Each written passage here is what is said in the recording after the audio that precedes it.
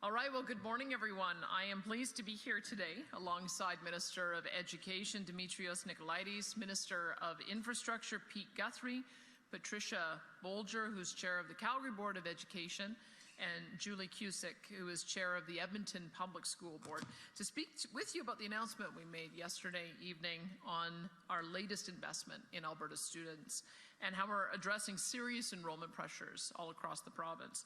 As I said in my televised address last night, and as Alberta's K-12 educators and students know well, our education system is experiencing an unprecedented surge in student population. A record number of people are choosing to relocate to Alberta.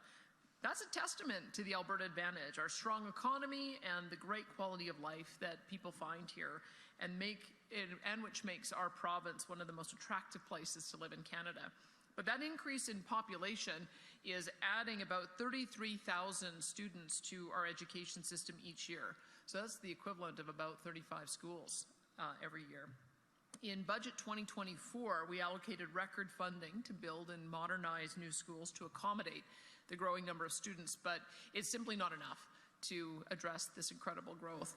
That's why we're increasing our K-12 capital budget for the new school spaces, as well as modernizations through the School Construction Accelerator Program.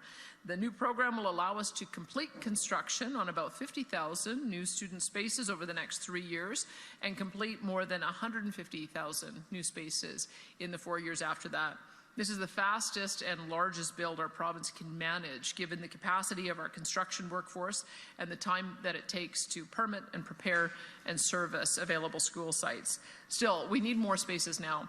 So as we ramp up to full construction capacity, we're funding the purchase of new specialized modular classrooms to provide more than 20,000 new student spaces over the next 4 years. And in addition, we will add 12,500 new charter school student spaces over the next 4 years by providing funding to pilot a charter school accelerator program. We are committed to providing school choice for parents, and that program aligns with our commitment. Another way we're supporting parent choice in education is by developing a school capital pilot program for nonprofit private schools. The funding will incentivize independent schools to invest and create thousands of new student spaces at a reduced cost to taxpayers. We know that every student deserves a quality education in a school that can meet their learning needs and set them on a path to success in the future. That's why, to ensure every student has a space, we're getting our School Construction Accelerator Program off the ground right now. Cabinet and Treasury Board have approved funding to immediately move 10 previously announced school projects to the next stage of project delivery, and that includes 6 projects moving from the design stage to full construction funding. We hope to have construction completed on many more schools before the end of the school year. It is an ambitious goal, and our government will work with all partners, including municipalities and school boards, to make it a reality. And I look forward to seeing shovels in the ground and more spaces for students very soon. Thank you, and I'll turn it over to Minister Demetrios Nicolaides.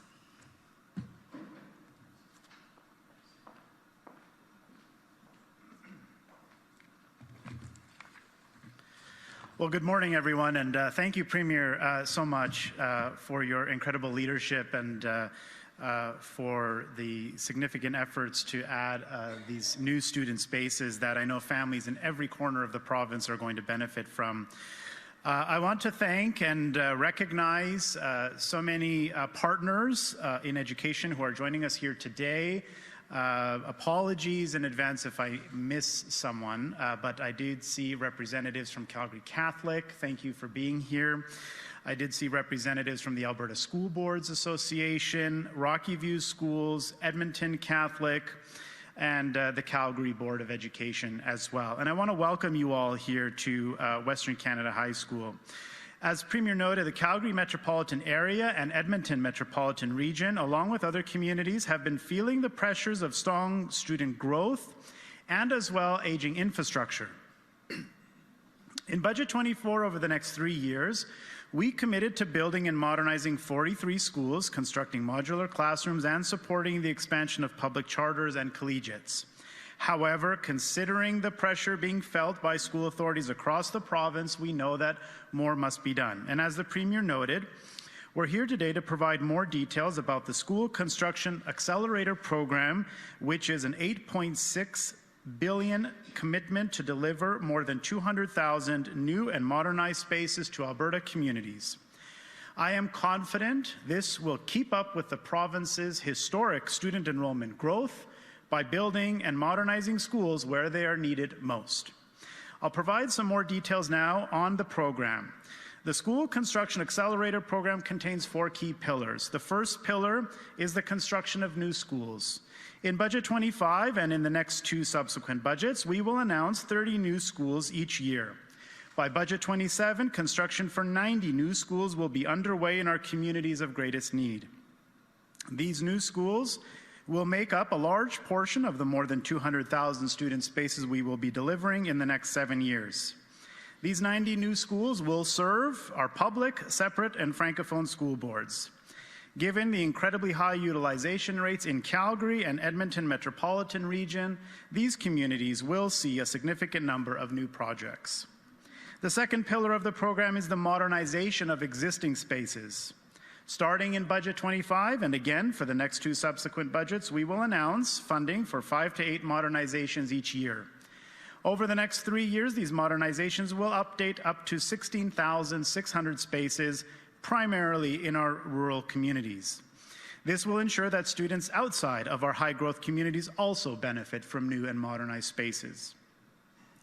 The third pillar of the program involves the purchase of a large number of modular classrooms. Our goal is to add 20,000 modular spaces over the next 4 years. Modulars offer an opportunity for unique and fast solutions to a school's space needs. These modulars can be used as additions to existing schools or could be used to build mini schools. We will begin to purchase these new modulars in Budget 25. This is on top of the 100 modulars the government ordered in July that will be delivered by the end of this year. The fourth and final pillar of the program involves the expansion of spaces with partners of choice. I want to add a quick note in specific to charter schools. Charter schools, of course, receive full government funding and are not able to charge tuition. Charter schools offer unique programming that is designed to meet the unique learning needs of students. They play an important role in our education system, and through the Charter School Accelerator pilot, we aim to add 12,500 spaces over the next 4 years. This will be done by renovating or building up to 3 public charter school buildings and 2 public charter school expansions per year. In Budget 25, we will request funding for fully developed proposals that will result in new spaces. We are also exploring opportunities for a school capital pilot program for nonprofit independent schools, and I look forward to sharing more details at a later date. This program as well makes changes to our approval process. Alberta Education uses a gated approval process to build new schools. The first stage is planning, followed by design, and then construction. Currently, projects only move forward to the next stage during the annual budget cycle, meaning that it typically takes 3 years for a project to advance from planning to design to construction. However, we are changing that process to allow projects to move forward faster. Moving forward, a school will be able to move into its next stage at any time of the year when it has met the requirements of its current stage. In short, when a project is ready to move forward, it'll be able to do so. I ask our school boards to work with Alberta Education and their respective municipalities to move projects forward as quickly as possible. The faster you can complete the planning and design work, the faster your project can begin construction. As a result of this change, 10 school projects are now moving forward to the next stage of project delivery, with 6 moving to full construction.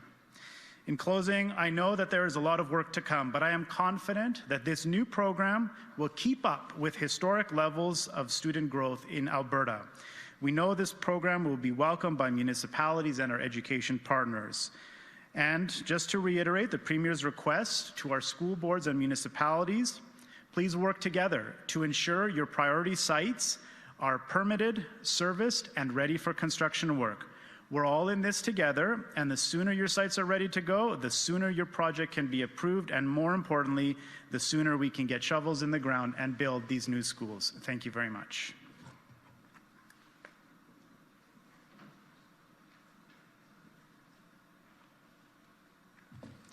Well, good morning. Thank you, Premier, Minister Nicolaides, as well as school and board representatives for being here to celebrate this amazing news for students and communities across Alberta. It's great to be here on the heels of recently completing and opening 5 new high schools across the province, including Blackfalds, Langdon, Leduc, and 2 in Edmonton. All of these projects were completed on time in May of this year and now have 7,000 students filling those halls. Alberta's economy continues to grow, and that's a good thing. But so have our communities, which has increased student enrollment and placed pressure on our school divisions.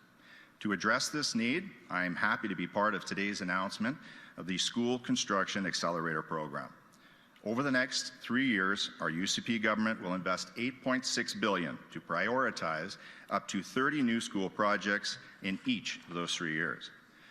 By committing to 90 new schools and as many as 24 modernizations and replacement schools with this program, we intend to create over 200,000 spaces by 2031-32, with 150,000 coming from this program alone. The breakdown of that figure includes 100,000 brand new student spaces, 16,000 plus modernized spaces, 20,000 into modular classrooms, and approximately 12,500 for new public charter schools. Also, with today's announcement, immediate changes are being made to the government's funding process, which will shorten timelines for a construction approval. From now on, funding for projects that are ready to proceed to the next stage can be approved in year without having to wait for the next budget cycle. This means previously approved schools that are currently in planning or design can move forward to the next stage as soon as they're ready. And on that note, I'm happy to say that we have an additional 10 schools that are moving forward to that next phase. That's 6 approved for construction, 3 for design, and 1 moving into planning. And now, as many of our industry partners know, projects like these, they take a lot of cooperation and coordination. And currently, we have 90 projects at various stages of development, creating over 14,000 jobs for Albertans. With the additional 30 schools each year and the improved process efficiency to move projects along, we anticipate creating thousands of jobs, if not tens of thousands of additional jobs, to support those 200,000 new spaces.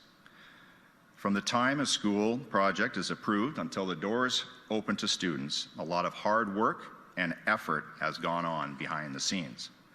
And it doesn't matter what stage of development we are in, our priority is to get students into desks as quickly as possible while ensuring their classrooms and the halls that they walk are well built and well maintained to foster positive learning for years to come. So I'm looking forward to the months and years ahead. We do have a lot of work here to do, and our team at Alberta Infrastructure is itching to get started. Thank you. I would now like to call upon and ask Patricia Bolger to come up and say a few words.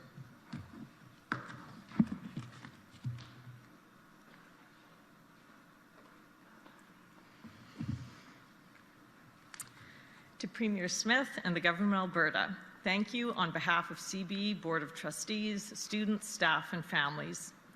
The government has recognized our enrollment pressures and is working with us to address the urgent need to build, modernize, and maintain schools in Calgary. Thank you for this much-needed investment.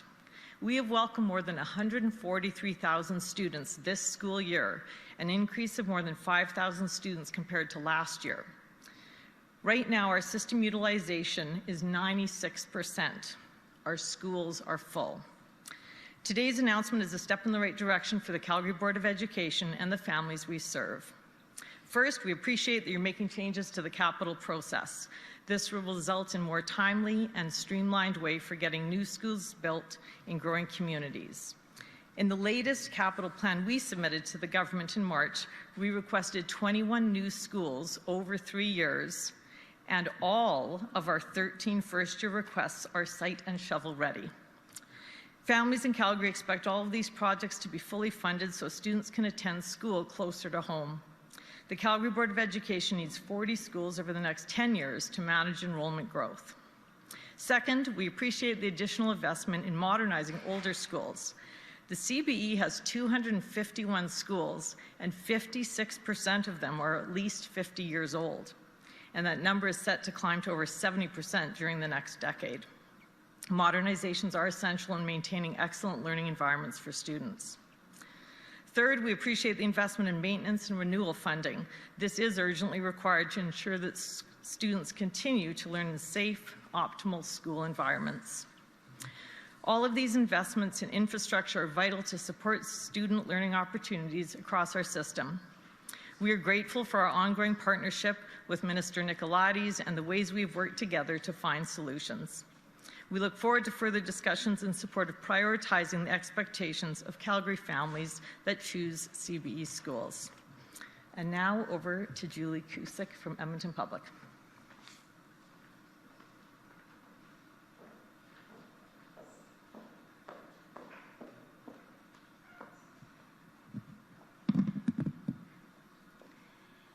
Thank you, Premier, ministers, and other special guests here today for this announcement about a significant investment into Alberta students. This year, we've greeted more than 120,000 students into Edmonton Public Schools. That's an increase of 6,600 new students since last year. Our hallways and classrooms are busier than ever before. With this announcement, I can foresee a day where maker spaces are full classrooms rather than a corner of the library, a foods class that doesn't also hold a math class, and staff rooms that give our hardworking staff a place to take a break.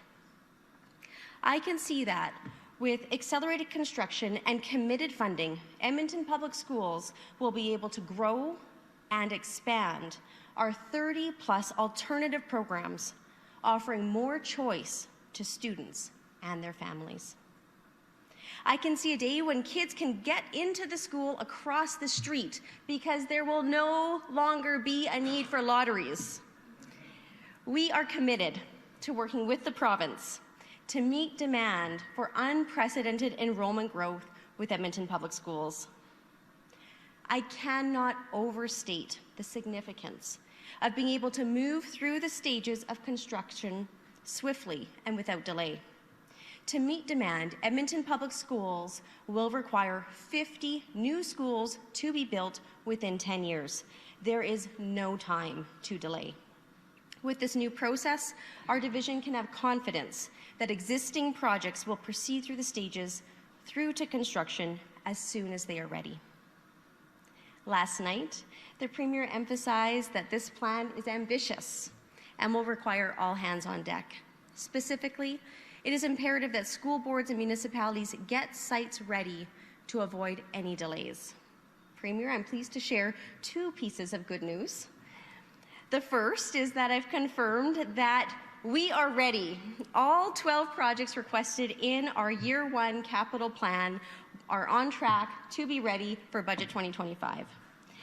And after your announcement last night, I did have a brief phone conversation with Mayor Amarjeet Sohi, and he confirmed that the City of Edmonton will work with Edmonton Public Schools to ensure sites are ready as soon as possible, and that together we are going to do everything we can to ensure that site readiness is never a cause for delay. There is momentum, and we are ready for it.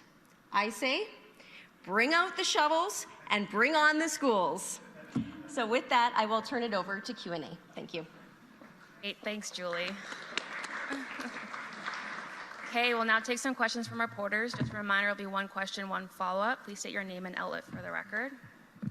Hi, Terry from CTV Calgary. Yeah. Thanks for taking my question. I'm just wondering, as we talk about new schools and keeping up with enrollment, does this funding is there any allocated funding for more teachers? I can get the education minister to come up. We did announce some additional operational funding over the summer. So we have funding for more modulars, but we also have funding to be able to manage growth pressures. And we're working now on identifying if we need to modify our funding model. The funding model was working for us when we had declining enrollment, declining population, and it works for declining school boards because it's a 3-year weighted average, and it's to protect school boards so that they don't end up with a dramatic reduction.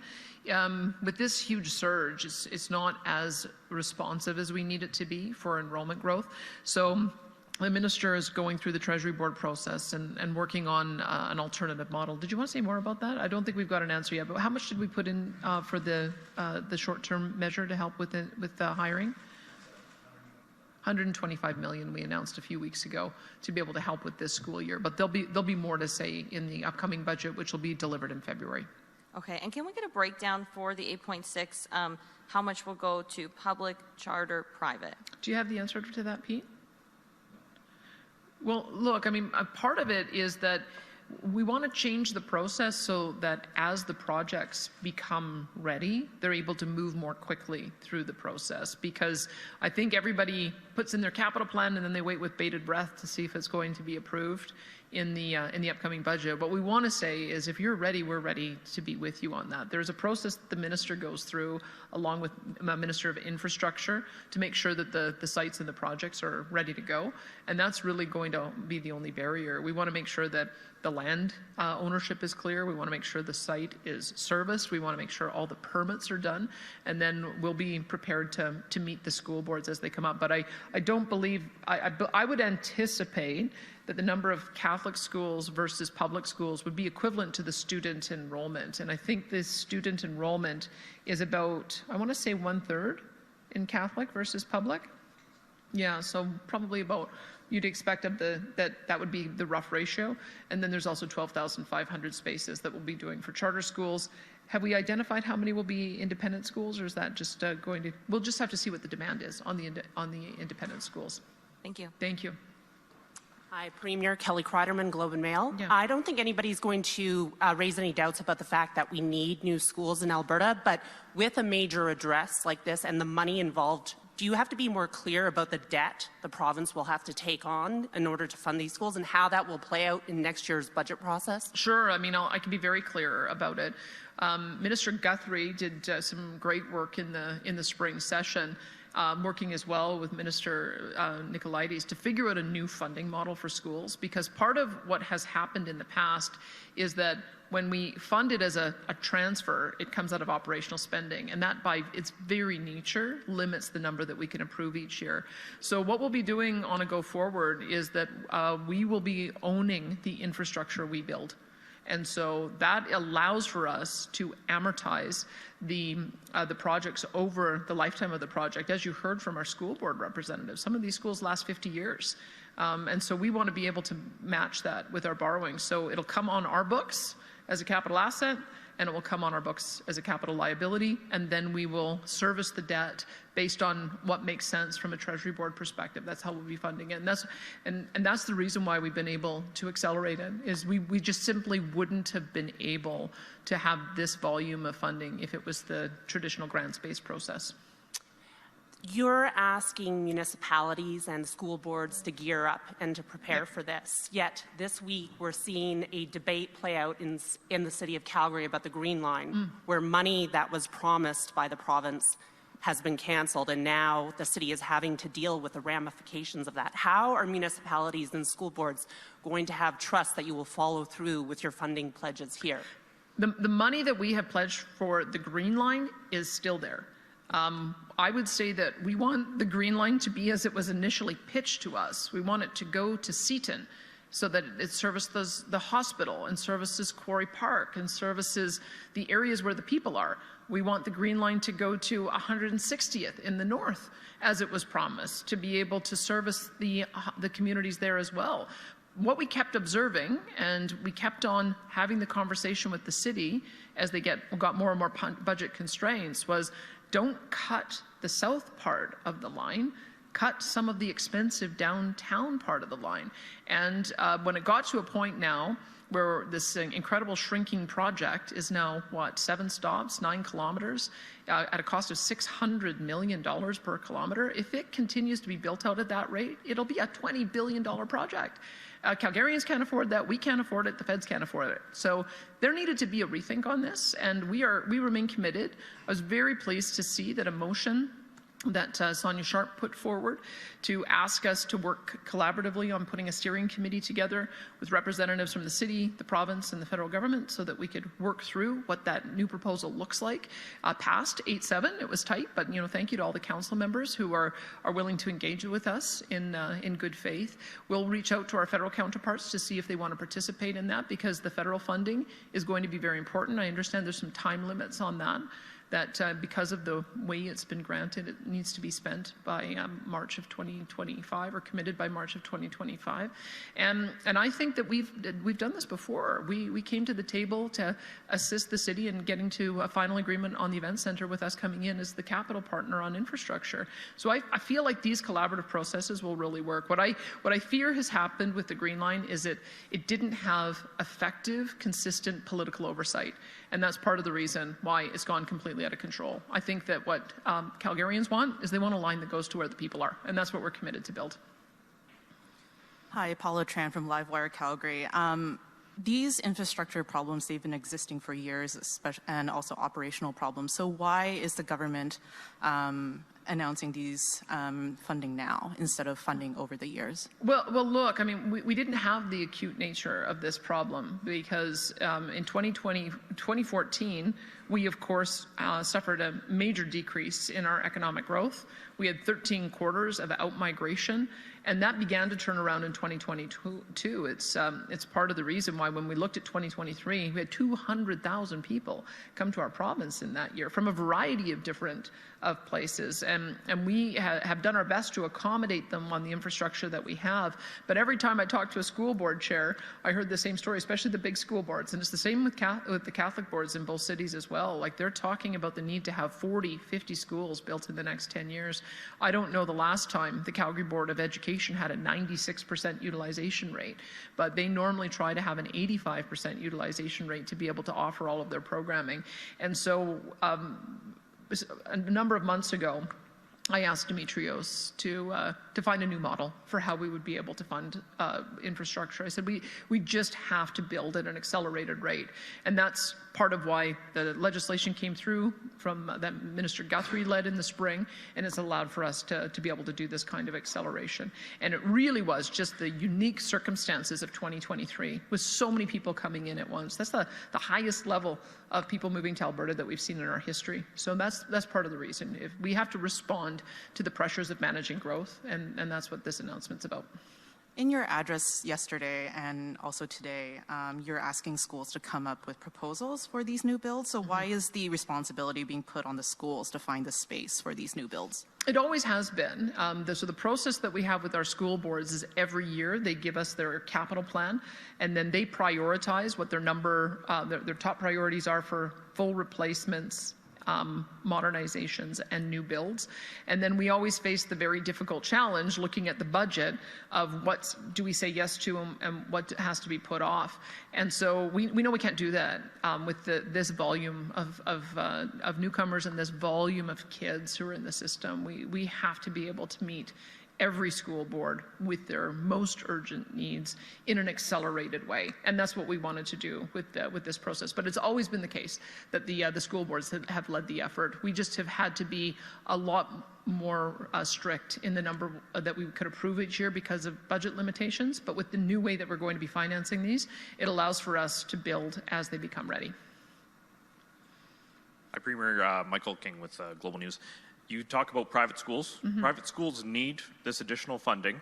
And when you say it comes at a discount to the taxpayer, how does that compare to the per cost of the spots in the public sector?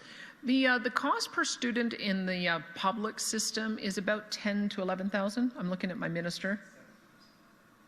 But the overall amount that we pay in the public system is between $10,000 and $11,000. We can probably try to get a more precise number. With the independent schools, we only fund them at 70% of the operational grant. So I believe that's about 5,300 around there right now. So that gives you an idea of where the discount comes in.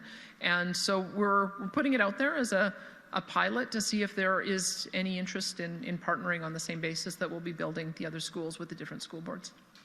And on the Green Line, is the province ready to take over the project and specifically the 70 contracts that are tied to that? Look, we need to rethink the way that the Green Line is being built. And I would say where the agreement is that we all agree that there needs to be a station at the event center as well as going out to Linwood. Those are the ones that have already been done on the engineering, the planning.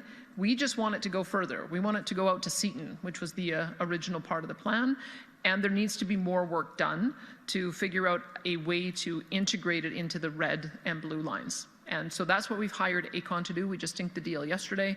We have a number of different items that we're going to ask them to look at to see if there's a better way to have it integrated into downtown. Like, remember, when this was first conceived of, it was not conceived of as a single continuous project. And I think this is part of the reason why. If you look at the former transit boss, who I think the next person in line has interviewed, he said that one of the difficulties came when the announcement was made would be that it would be a single continuous line from Seton all the way to 160th, and no one even asked the experts whether it could be done. And now we're seeing, suppose engineers are pretty smart, Peter will tell you that, he's one himself, they can figure out a lot of stuff, but it's very expensive. And so that's the question, is are we getting what we need for Calgarians? And what Calgarians need is they need to have the stations close to where they live so that it's actually usable for them. So I want to continue working with the city on that. I want to work with the federal government on that. And I think we'll be able to come up with a proposal in pretty short order. I think AECON has been given a time frame of December, and we know what the pressures are to be able to get the federal government to partner with us on it. So we're going to be moving very quickly. Rick Bell, Post Media. On the Green Line, one of my favorite topics. I bet. You've been writing a lot on it. 12 years I've been writing about this deal. You talk about working with the city, and you talk about that there was a vote 8-7 to have a working group, et cetera, et cetera, et cetera. But in reality, if you watched that council meeting yesterday, it was very emotional, very animated, very hostile. In fact, even one of the councillors, who's usually on the council majority, veteran councillor, said he would be happy if you would come to city council, ask for permission to speak, apologize to them, and then beg them to work with you. And we also have the mayor, who's used many very strong words addressing your decision. Very strong. In fact, she even has a new website now. So how do you square that? How do you square with the fact that you want to work, you say you want to work with the city, but yet there is outright hostility over your decision among many city politicians, including the mayor? Look, I mean, it was a tight vote, obviously, 8-7, but that still shows me that the majority of council are entering with a spirit of goodwill in trying to find a solution. That's what we all want. We want a solution that comes close to looking something like the original plan we were pitched on.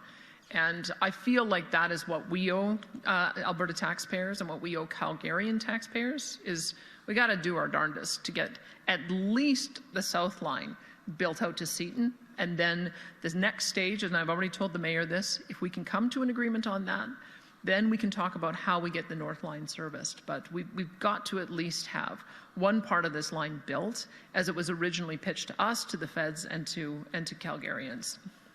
And the second question is kind of a clarification. It was asked earlier, but it's been repeated by council members, and I think they're wrong, but you can confirm whether they are or not. They talk about wanting you to take over the project. Now, my understanding is you're willing to fund something, you're just not willing to fund what they had on the table. So therefore, it's still a Calgary, no, tell me if I'm right, it's still a Calgary Transit project. Yeah. You're just saying that in December you're going to go back to the city, you're going to say here are some alternatives we are willing to consider, But it's still their project. It's just that you don't want to fund their design. You want to fund another design. That's how we would hope it would work. I think that's the most constructive way to work, because it has to be integrated into Calgary City Transit. That said, we also have a major passenger rail proposal that we've put out to get a response on. I think we have a $15 million RFP that we've delivered, so that someone can, so the company, I'm not sure who won that bid, that company can tell us how all of these things would be integrated, because we have a number of different proponents for a number of different projects. There's like a Hyperloop, and there's a Ellis Dons proposal from Calgary to Edmonton, and then there's the Banff Trail proposal, and then there is a proposal for how we might be able to build Calgary or Airdrie to Okotoks as commuter rail, and as well as integrate with our existing system. I mean, we're very complicated now. Toronto was in this exact same position when they launched their Ontario Metro links, so that they could coordinate between buses, both local and regional, transit, both local and regional, as well as the GO train. And I feel like that's the conversation that we need to have, is how do we make all of these pieces fit together? So I don't want to prejudge what that might look like, but that's the reason why we have to be a lot more involved in this. It's not Calgary's job to solve all of the problems for the entire Calgary metro region, or figure out a way to be able to get service between Calgary and Edmonton. That, by definition, because it goes cross jurisdiction, is our job to solve. So we want to be partners, but we don't want to take over the transit system. No, we just want to make sure. You're not buying the Green Line. We're not. No, we want to be able to fund a Green Line that was originally pitched to us going out to Seton. Okay, thanks, Premier. We're now going to go to the phones. Operator, can you please put through our first caller? Thank you. Your question comes from the line of Scott Streeter from Calgary Herald and Sun. Please go ahead. Hi, thank you. This is another Green Line question, but can the province deliver a train project in Calgary without the city's involvement? Because the city is quite adamant that this project is dead in their view. Well, I would say 8 out of 7 council members voted to work with us on figuring out an alternative path and see if we can figure out a routing that looks closer to what was originally pitched on this. So I would say that actually represents the true view of the majority of council. Okay. Follow-up is about another amendment that was introduced yesterday by Councillor Courtney Walcott, about drafting a clear set of criteria by which the city would consider engaging with the province on any future LRT project they propose to replace the Green Line program with. The criteria include a lot of the things that were included in the previous vision, such as a north-south LRT spine from 160th Avenue to the community of Seton, etc. Is the province willing to abide by those criteria? Well, look, I mean, you have to remember, we were pitched initially on a 46-kilometer line that would go from Seton to 160th at a cost of $8.6 billion.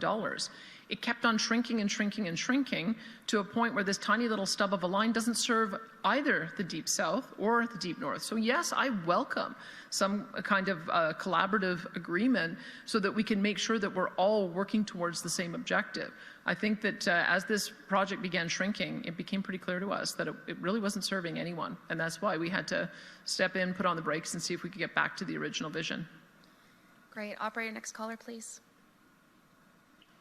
Your next question comes from the line of Janet French from CBC Edmonton. Please go ahead. Good morning. Just back to the schools. So hearing you describe how you're going to account for all these projects on your books, talking about amortizing them over the lifetime of the project, does that mean that all new school projects in Alberta are going to be P3s? And if not, can you please clarify what will be P3s and which won't? Well, they'll be provincially owned, but I'll let Pete maybe come up to talk about our strategy around how we build. We've actually gotten quite expert at this, so I'll let Pete tell you what we do. Yeah, from a P3 perspective, all projects within infrastructure that are 100 million or more, we evaluate for P3 viability. They don't all make it, but we have a responsibility as a government to use public funds the most effectively and efficiently that we can. So if there is value for money, we will go through with P3. So I would say that some of these will be P3 packages, but certainly not all of them. Okay, just to follow up on the private school construction incentive, what is this incentive pilot? Like, what proportion of the construction cost would be incentivized? And is this the first time in Alberta history that the government would pay for any construction costs towards private schools? I don't know if this is the first time in history that we would have paid for it. We want to put all of the different school options on the same level playing field. That's why, with us owning the construction, owning the project, that allows for us to be able to look at a number of different unique approaches to be able to support independent charter, as well as our two major school boards, public and private in both cities. Or I guess all across the province, we've got both public and private. Do you want to add to that? I mean, I think we want to see what the pitch comes in from the independent schools, and then we'll have to judge it at that time. Yeah, as the Premier noted, we're in the process now of developing what that pilot will look like. Of course, there's a couple of different possibilities and options. We want to talk with our independent school providers to see what would work and what makes the most sense for government and for them, so that we can explore that partnership. And I think the important thing with this partnership is making sure that we have all hands on deck. The enrollment pressures that we are seeing warrant us to use every possible avenue that we can to expand spaces, to reduce class sizes, and to make sure that those kids receive the highest quality education possible. Great. Operator, next caller, please. Your next question comes from the line of Lisa Johnson from Canadian Press. Please proceed. Hi, thanks. I have a question. I'm hoping that Julie and Patricia can weigh in on this. Obviously, we're hearing a lot of questions about the Green Line today, but I'm wondering, Julie, you mentioned there's 12 projects that are on track and ready for 2025. Patricia, you mentioned there's 13 site and shovel-ready projects. What confidence do you each have that this government will actually get this money out the door, given it's just pulled $1.53 billion from the Green Line project, and the province has made it very clear this funding is very contingent on school boards and municipalities getting sites ready? Well, I'd happily have Patricia and Julie come up and talk about our record. Pete was telling me that we've built 18 schools a year is sort of our traditional amount of school build, and I think we've got an excellent process for it. Mayor Sohi sent me a note last night saying we're ready to go, and so he's reached out not only to the school boards already, but also to me directly as well. So I'm feeling pretty good about their ability to meet the permitting and site readiness, and the school boards have assured us as well, you heard today, that they've got schools that are ready to go. So we want to be able to accelerate that. Julie or Patricia, did you want to come up?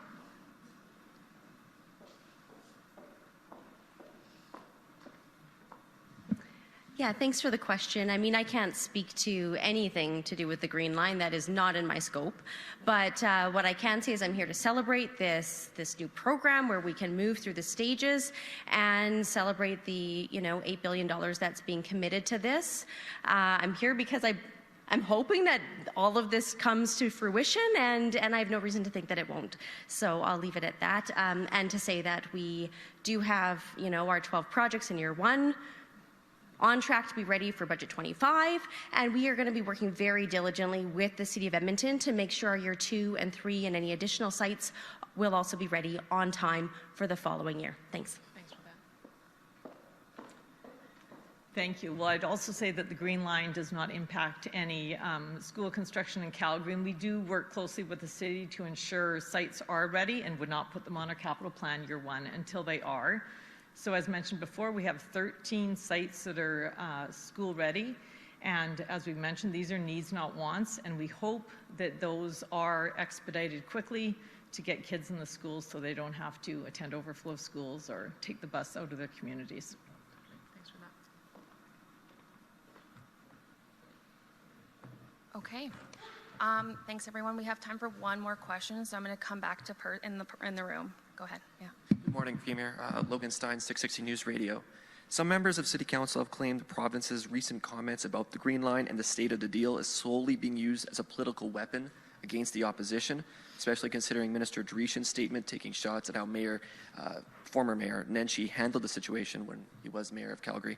Kind of wanted to get your thoughts on that and how you think Nenshi handled the project while he was Mayor of Calgary. Look, the thing that I think caused some of the problems was when there was a change in government at the municipal level, decision-making ceased to have political oversight.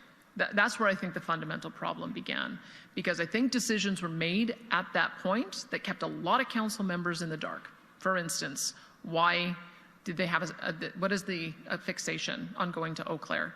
What is the contracts that have been signed there? We've been asking for what the commitment is there. We're trying to understand how that decision was made.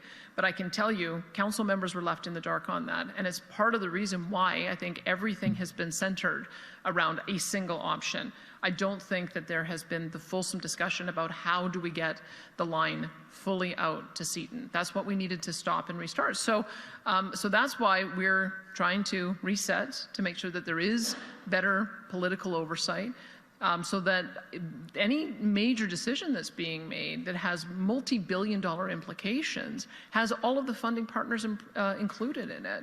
And so we'll take that under advisement as we move forward with all of our other capital projects. But I think that this is a learning lesson for all of us. And do you feel as if there will be a rift between how the provincial government works with City Council moving forward, considering everything that's kind of happened over the last month? Look, I mean, there are things that I get along with our federal counterparts on and things that we don't get along on. There are things that I get along with mayors on and things that I don't. And I suspect that this will hopefully, because 8 out of 7 of the council members have the goodwill to want to move forward with us to try to figure out a new approach that will allow us to get further on south out to Seton. I'm taking that as a measure that they want to work with us, and so we'll put forward a committee and we'll get to work on that, and then hopefully when ICON gives us the proposal in December, we'll be able to have something to work with. But we've already reached out to our federal counterparts. We want them to be more embedded in this process as well, and I think we'll get a better answer that will not only be more cost effective, but it will get us get the line where it needs to go, which is into the deep south. Thank you. Thank you. Okay, thanks everyone. Thanks everyone.